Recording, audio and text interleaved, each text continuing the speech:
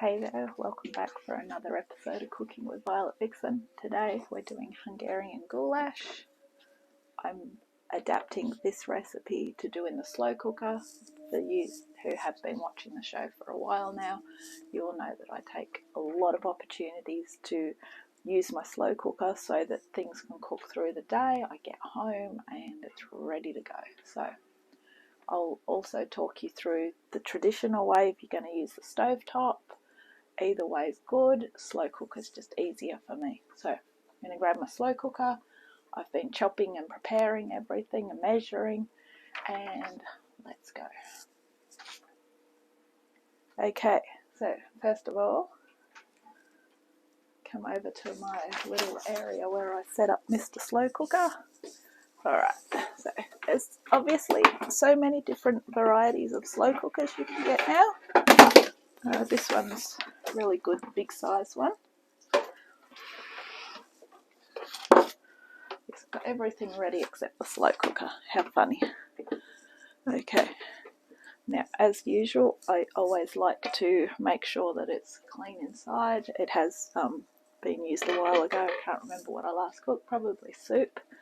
So I just like to get a wet cloth and just give it a quick wipe inside. I've normally done all this by now, by the way, but as I said, I've been chopping and preparing veggies and stuff, so this video will be a very quick one because everything's ready to go. Alright, I'm just going to grab some paper towel and wipe that out. And I like to use low because that way I can leave it on for 8 hours. I have got my mama here. She will turn it off in 8 hours or thereabouts. And of course someone can stir it through the day, so I can't be here to do that, so that's an easy job for her. Okay, give it a spray with this. You'll thank me later when you go to actually clean it and you go, it's not so bad. Okay, first of all, it was 20 grams of butter. Melt it.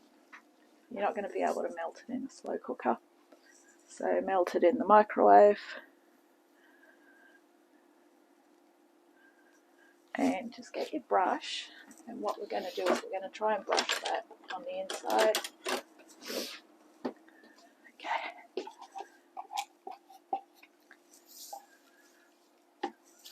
Brush that around. That's going to give us a nice buttery flavour.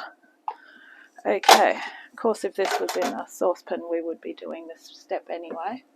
1 tablespoon of olive oil. I don't normally put olive oil in, but I think it will do it some good today.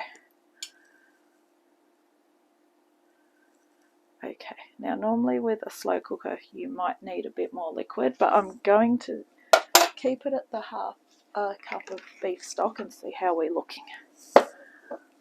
Okay, so we're going to add the beef. Normally you should try and brown this. If you was doing this on the stovetop, you would be browning this anyway and then removing it. I had my butcher cut it up into some chunks. So, by the way, I don't know if I mentioned or if it was on my ingredient sheet, this will serve 4 people. So I'm going to serve it up with rice and some sour cream as well. So, good dish for if it's a little bit cold at night, which we're having sunny days, but it's still cold at night. Middle of spring, almost, well, not middle of spring, beginning of spring. So just make sure that's covering the bottom. Alright. Just try and keep drying my hands. I finally got myself a nice apron yesterday. I went out to the lovely town of Rydal, which for you that don't know is out past Lake Lyle. Lake Lyle is one of the lakes out at Lithgow, so there's this little thing called a daffodil festival. Daffodils.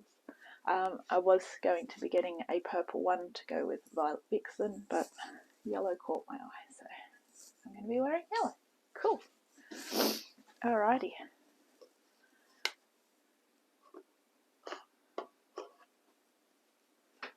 Okay. 2 chopped red capsicum. You can cut it up smaller if you want. I just done mine into strips.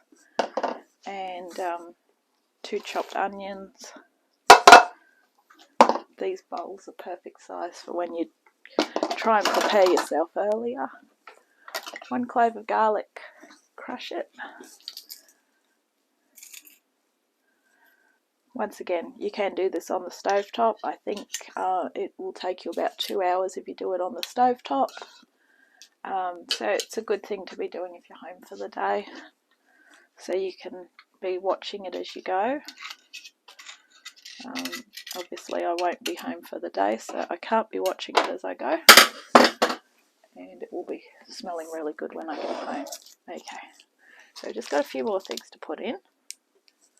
So we've got a can of diced tomatoes,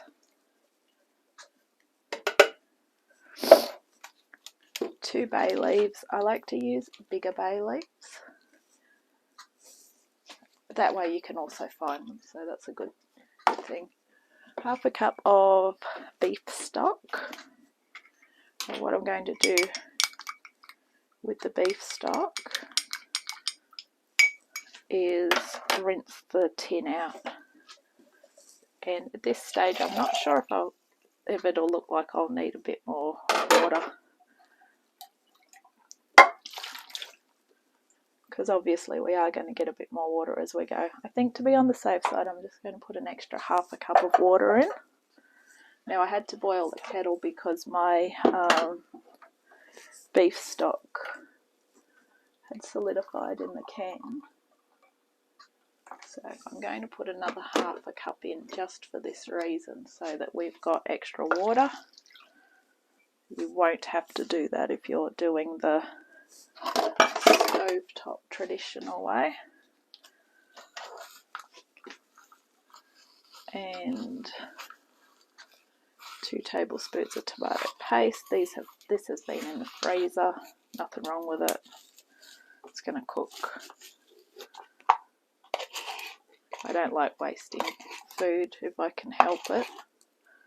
So things like I had to buy 2 red capsicum.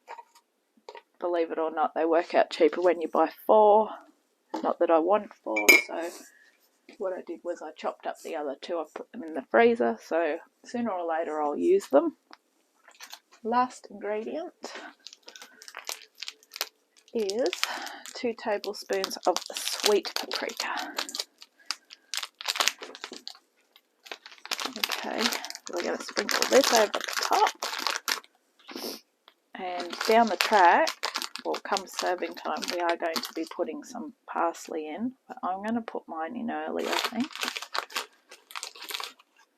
Okay, 2 tablespoons of that. Alright. Come in close and let's have a look at how we're going. Alright. Look at that. Alright, so we've got everything in there. Put that on low. Whack on your lid, and then you can chop up your flat leaf parsley. Put it in any time. 8 hours on low, and then when you're ready to serve, you want some boiled rice, or you can do mashed potato, and serve with a dollop of sour cream. Alright, that is an easy version of Hungarian goulash. And as I say, if you would like to do it on the stovetop, once it's into this stage, it's 2 hours on the stovetop. However you cook it, enjoy it, and I'm going to catch you next time. Bye.